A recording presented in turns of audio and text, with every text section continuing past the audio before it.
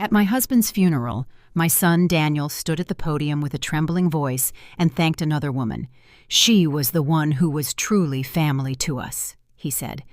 At that moment, all eyes in the room turned to the woman in the front row, the one in the fitted dress and perfect makeup, with delicate tears resting in her eyes. And me, the real wife, the mother. I sat off to the side, unnoticed, invisible. When the lawyer later informed me that my husband had left everything to her, not a single dime for me, Linda McAllister embraced my son and smiled a triumphant smile, as if she had already won. But then I pulled out the second will, and just like that, there was no one in the room smiling anymore. I never imagined my life would begin anew at a funeral. Robert died in a sudden car accident. He was driving downtown that morning in a heavy rain. They said the brakes failed on a curve and the car crashed into a supermarket. He was gone quick. The doctor said he didn't suffer, but I wasn't sure he deserved such a clean departure. We had been married for 40 years. I used to think our marriage, while not romantic, was at least solid.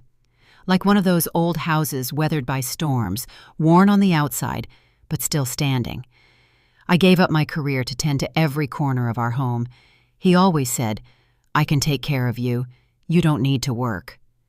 And I believed him. I naively thought it was some kind of love. At the memorial, I wore his favorite charcoal gray wool coat and stood by the chapel entrance greeting guests. The wind whipped, my fingers were numb. Still, I smiled, doing my best to make sure his farewell was dignified and orderly. Robert cared so much about appearances, about what other people thought of him. Even in his death, I found myself maintaining that neat facade for him. Daniel was at the podium. He's our only child. He turns 33 this year and is a back-end engineer for a tech company. He wore a sharp, dark suit. His face was solemn, and his voice was as steady as always. After reading a tribute to his father, he paused, and his eyes reddened. "There's someone I want to give a special thank you to," Daniel said, his voice a little shaky. The room fell silent. I clutched my handbag in my lap, my knuckles turning white. I thought he was about to say, "My mother." In that moment, I could almost hear it forming in his throat, that long-awaited acknowledgement. 40 years of companionship, dedication to the home, nights spent at the hospital, all the quiet sacrifices. I truly believed he had finally seen me. But what came next sliced through me like a dull blade, stripping that hope away inch by inch. Someone who supported my father through the toughest time of his life, Ms. Linda McAllister. A soft murmur went down the aisle. From the front row, a woman stood up and dabbed her eyes, nodding politely. She wore a deep emerald green wool coat, black heels, flawless makeup, and perfectly coiffed hair. As she sat down, those around her turned to look, curious and surprised. I felt sound explode in my ears like a detonated silence. Linda McAllister. I knew the name. She was Robert's administrative assistant at the firm. He later promoted her to a consulting partner, even briefly including her on the board. When I'd ask about her, he'd always downplay it. "She's competent. Don't be paranoid." I remembered that year's company party. She brought me wine, smiling sweetly, moving with the ease of a woman who fit in. I dismissed her at the time as just another sycophantic employee. Looking back now, how ironic. From across the room, someone whispered, "She's sitting so close, like she's family." And my son had just thanked that woman at his father's funeral. I felt like the chair had dropped from under me. My ears were ringing, and the world vibrated faintly. People came up to shake my hand, murmuring the usual. "He was a good man. We'll miss him." I nodded automatically, like a machine repeating pre-programmed responses. I had planned to hold on until the end, to maintain appearances. But then I heard Daniel whisper to Linda, "You're the one who's truly family." I nearly dropped the teacup in my hand. In that moment, I realized this funeral wasn't for Robert. It was for a hidden world I didn't know existed, and I was just a stranger, a discarded observer. That night, back home, I sat in the empty living room. As I took off the coat, I saw that the satin ribbon was wrinkled, as if the last vestige of my marriage's dignity had been accidentally snapped. I sat at the dining room table and stared at the row of empty chairs. Robert's seat was still in its place. I hadn't moved it. For decades, he'd always sat there, hand on the armrest, waiting for me to bring him his soup. Now it was just alone, and the armrest had gone cold. There were still bottles of his favorite beer in the fridge. I never liked the brand, it was too bitter, but he'd buy a six-pack every week, just for him. Turns out, habit is the cruelest prison. I didn't sleep that night. I pulled out some old photo albums. In the photos, we were still young. There was light in his eyes. I smiled easily back then. I even found an old employee ID from when I was a financial consultant at his firm. Short hair, self-assured, always seated second from the right at every board meeting. Then he told me, "You should quit. I'll take care of everything." And I, foolishly, listened. I closed the album and poured myself a glass of water. The kitchen clock ticked. I realized all the pride, all the patience I had once poured into keeping our marriage intact had been buried the moment he died. What I didn't know, however, was that beneath all this was a deeper betrayal. The next morning, every word I heard in the lawyer's office felt like a line from a life script I was never invited to read. The air smelled faintly of ink and old wood cabinets. A faded print of the Constitution hung crooked on the wall, and sunlight filtered through the blinds, slicing the floor into narrow strips of light. It was the law firm Robert had designated before his death. The lead lawyer was a man in his 50s with a slow, heavy voice. Every syllable was drawn out as if to underscore something unsaid. "Pursuant to the will signed by Mr. Robert De Smith 3 years ago," he began with mechanical calm, "the majority of his assets, including the main residence in Summerball, the vacation property in Nantucket, and the remaining balance of his personal accounts, shall be inherited by Ms. Linda McAllister." I wasn't just stunned. I felt like I'd been pushed off the main stage of my own life, left standing behind the curtain in a dead spotlight, unsure if I had ever truly played the part I thought was mine. I turned to look at Daniel. He sat ramrod straight, his gaze fixed forward, as if he were listening to a quarterly financial report. His fingers were perfectly interlocked. Not a hint of surprise, not a shift in his expression, as if he had known all along. When the reading was over, I stood up and walked over to him. "You knew," I said in a low, trembling voice. "Didn't you?" He looked at me with a strangely serene tone. "Dad had his reasons." "His reasons," I whispered, the words choked in my throat. What did 40 years of marriage mean to him? Daniel was silent for a moment, then said, "He worked hard his whole life. Linda was there for him. She understood him." He lowered his voice almost apologetically. "You didn't." In that moment, I saw it clearly. Not only had I lost my husband, I was losing my son. He wasn't defending his father's memory. He was redrawing the family tree and erasing me from the map. When I got home, I stood in the driveway for what felt like an eternity, the weight of my handbag numbing my arm. I went into the bedroom and opened Robert's closet. His shirts, ties, and wool vests were still perfectly arranged with that familiar scent of refined decorum. But what lies were woven into those fibers? When did he decide I was no longer family? Was it the year I forgot to buy his favorite wine for our anniversary? Or before that, when I quit my job as his financial consultant and just became a housewife? I started searching through the drawers for proof I wasn't crazy. Old ledgers, photos, receipts, old business cards. In the kitchen drawer, I found a folder of letters Robert had kept. One was from the Nantucket Property Management Company. The date was 6 years ago. The recipient, Linda. My hands were shaking. I had been to that house by the sea countless times, not realizing I was just a guest. That afternoon, I walked across the street to visit Giselle, our longtime neighbor. She was a widow in her late 70s, with a sharp memory and a garden brimming with roses. When I mentioned Linda's name, her face stiffened. "Linda, wasn't she the one Robert would take to those symphonies?" she asked, raising an eyebrow. You didn't go with them? I forced a smile. My mouth was dry. I never really liked social events much. Giselle shifted in her seat. Oh, I always thought they were an item. She's been on this street several times. One year she helped Robert put up the Christmas lights. I froze. That Christmas, I was stuck upstairs with a swollen knee. Robert had told me a neighborhood boy had helped him. Do you remember when they started getting close? I asked. Giselle stirred her tea, thinking, at least 10, maybe 15 years ago. I remember seeing her around here when you were away taking care of your sister. I thought she was some cousin or something. 15 years.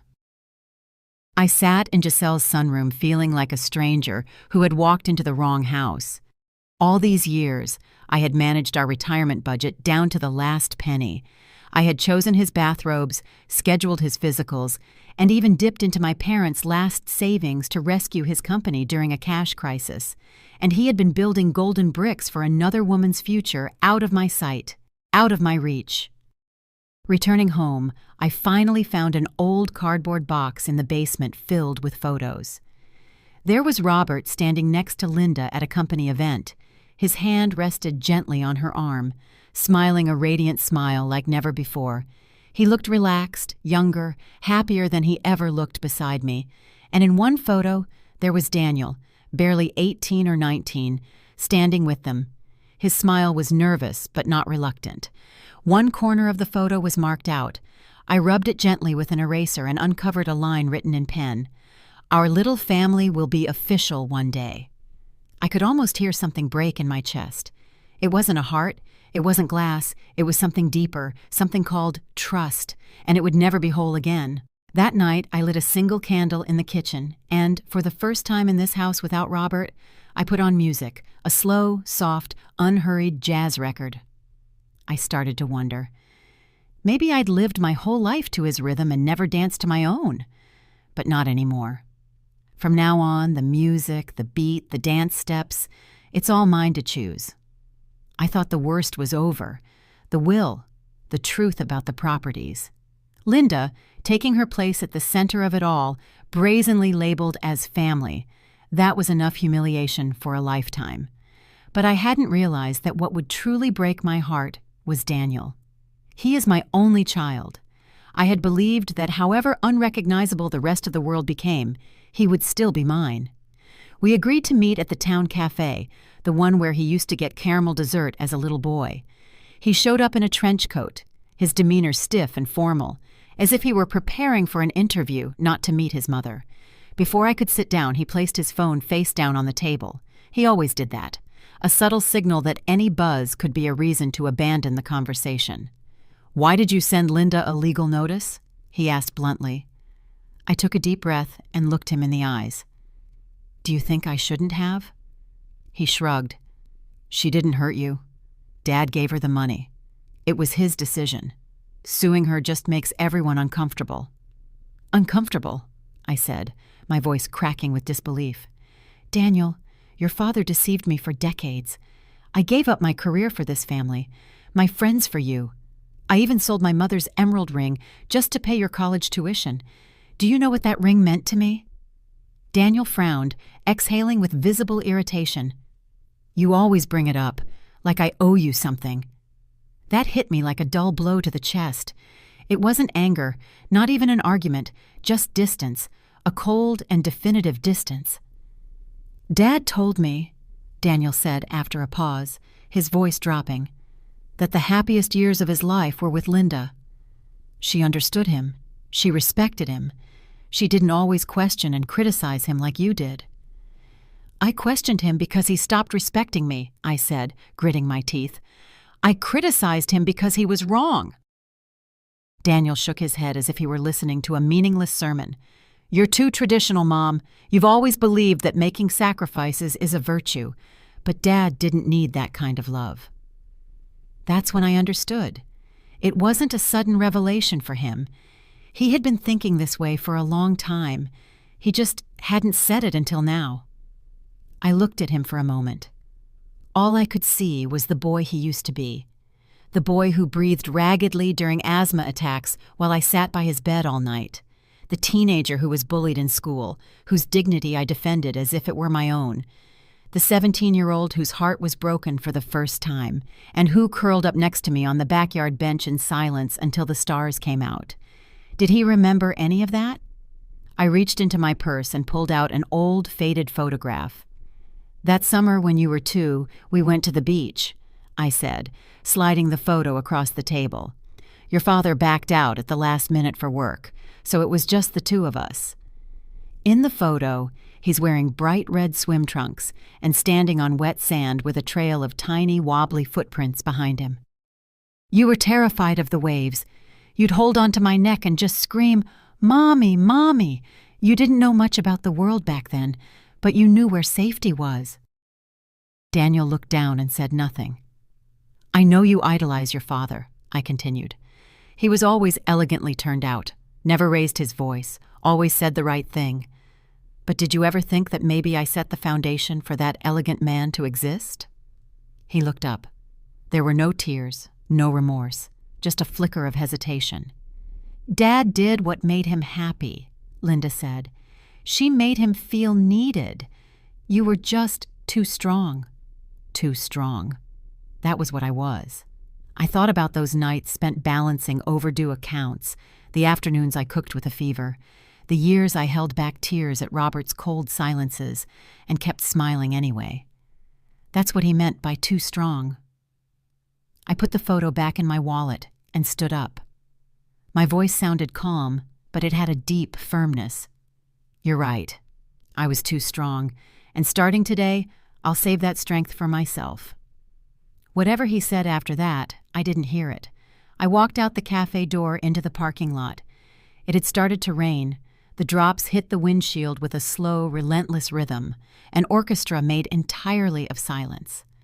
I slid into the driver's seat and wrapped my hands around the steering wheel, pausing for a long moment. I didn't cry. I didn't fall apart. I just sat there, realizing that what I had lost wasn't just a husband. I had lost my marriage, my family, even my son. But in that same breath, I understood something else. I could no longer wait for someone else to tell me who I was. It was time to live for myself. At first, I thought Linda was just a late-life accident in Robert's story, a calculated opportunist, a woman who slipped in through the cracks. But now I see things clearly. She was never an accident. She had planned everything. On a rainy afternoon, I sat at the kitchen table with a mug of cold coffee in my hands, looking at her public Facebook profile. Her profile picture showed her on the beach, smiling softly, the background edited with a tasteful blur, as if she didn't want anyone to see what was truly behind her. Her bio said, "Consultant in the architecture sector, lover of classical music and community service, grateful for life's tender company." I clicked on her photo albums. The first image, Robert was seated in a wicker chair holding a slice of lemon pie she had apparently made for him. The text said, "His smile is my favorite reward." The date stamp said it was 6 years ago, the same year I was bedridden with arthritis. Robert had told me then that work was overwhelming and he would be traveling a lot. I believed him. I thought he was simply evading the burden of caring for someone, but now I knew. He wasn't escaping me. He was living somewhere else without me. I scrolled down and found more images both familiar and strange at once.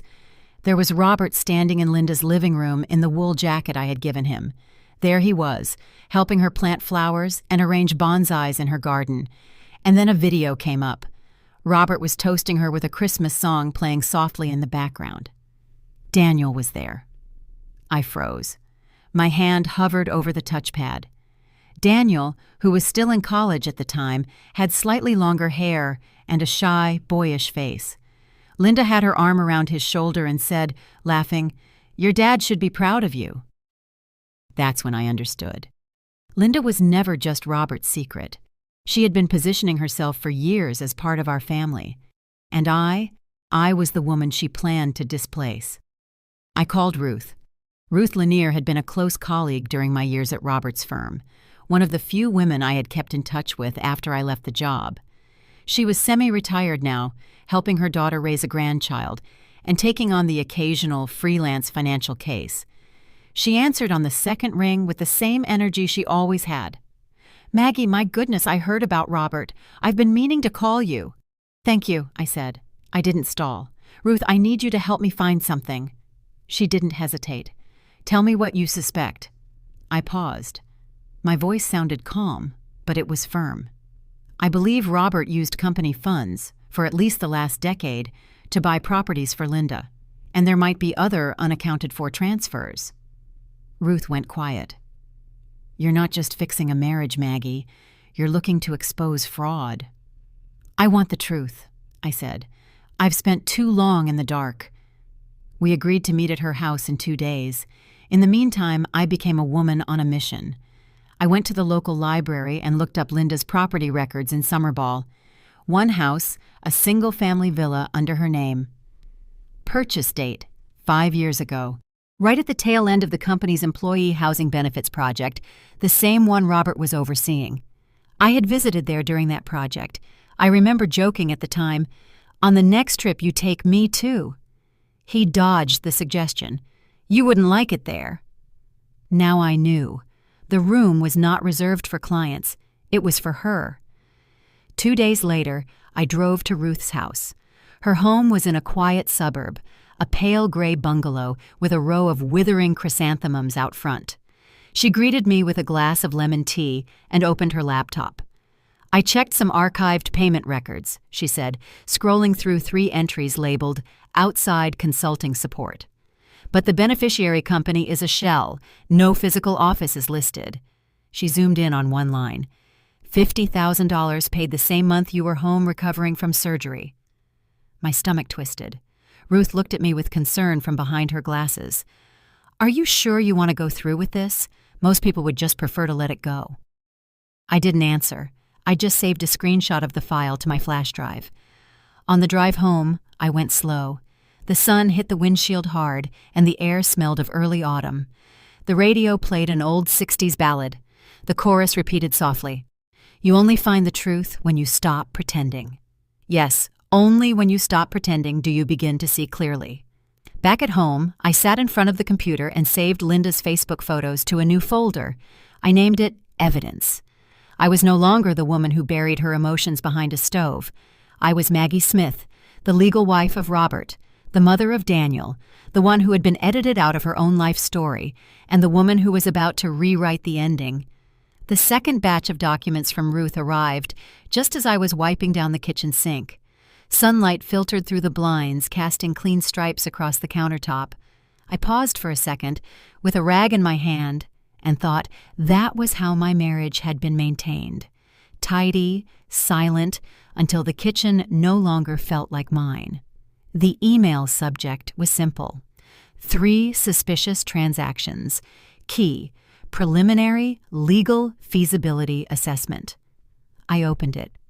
A few familiar PDF statements filled the screen. Ruth had annotated them. The company name, Quinte Consulting LLC. The account tied to Linda. The transfers, 3 payments totaling over $350,000, carefully staggered over 5 years. Each one timed just outside the company's official audit cycles. She added a note. This sum lacks sufficient justification. Unless invoices for services of equivalent value can be produced, this is potentially a fraudulent gift. There it was. The proof. I felt a knot of resolve form in my chest. I knew what to do. That afternoon, I called a lawyer who specialized in fraud and corporate law. "I have a whole host of questions," I said, my voice steady and clear. "I believe my late husband systematically plundered his company to aid his longtime mistress." The lawyer was a woman named Michelle Robinson. She was in her mid-50s, and her voice on the phone was warm and no-nonsense. She listened calmly as I talked. "You need to send me everything you have," she said. "Every document, every email, every photo." I hung up and started copying the files. When I was finished, I had over 50 documents. I printed everything out, arranged it neatly in a folder, and took it to her downtown law office. Her firm was in a glass skyscraper, and I took in the view of the Chicago skyline as I waited. When she walked in, she had a kind, professional smile. She had a sharp haircut that framed her chin and wore a perfectly fitted suit. She took the folder, flipped through it, and nodded. "We will go through this," she said. "I'll be in touch." "Thank you," I said, looking at her. She betrayed me, and my son helped her. I want her to pay back every last cent. Michelle pushed her glasses higher on her nose. "We will do our best." The next few months were a whirlwind of appointments, emails, and legal proceedings. We filed a lawsuit against Linda McAllister, and the case made waves. Robert's former firm, his lawyer, and even his estate became entangled in the case. Then there was Daniel. He took Linda's side. He was outraged. "You're destroying his memory," he said to me on the phone. "Daniel, your memory of your father is a fairy tale," I said. "He was a con man who used money to betray me, his wife, and his son's mother. That's the truth." He hung up. I waited for him to call back. But he didn't. It hurt, but I did it anyway. I had to. The case went to court. Linda and her lawyer tried to paint it as a misunderstanding. They claimed the funds were legitimate payments for consulting services. They produced fake invoices that Robert had given her. But we had Ruth's evidence, and we had Robert's Facebook photos. I took the stand and told what happened. I talked about the 40 years of our marriage, about the sacrifices I made for him and Daniel, and about the pain I felt when I learned the truth. The judge, a black woman in her mid-60s, looked at me with understanding. I think she understood what goes on in the hearts of women like me. In the end, the judge ruled in our favor. She ordered Linda to pay back everything Robert had given her, including interest. The total sum was over $1 million. Linda had to sell the properties she had bought with the stolen money. She was broke. She lost her job and her reputation. I never saw her again. As for Daniel, he didn't speak to me for years. Then, when my father died, he called me. We met at the funeral and embraced. We began seeing each other again. I told him the whole story, and he started to understand. It took years, but we mended our relationship. He apologized to me. He said he was only defending an illusion the whole time. I hugged him and told him that I had believed in him the whole time.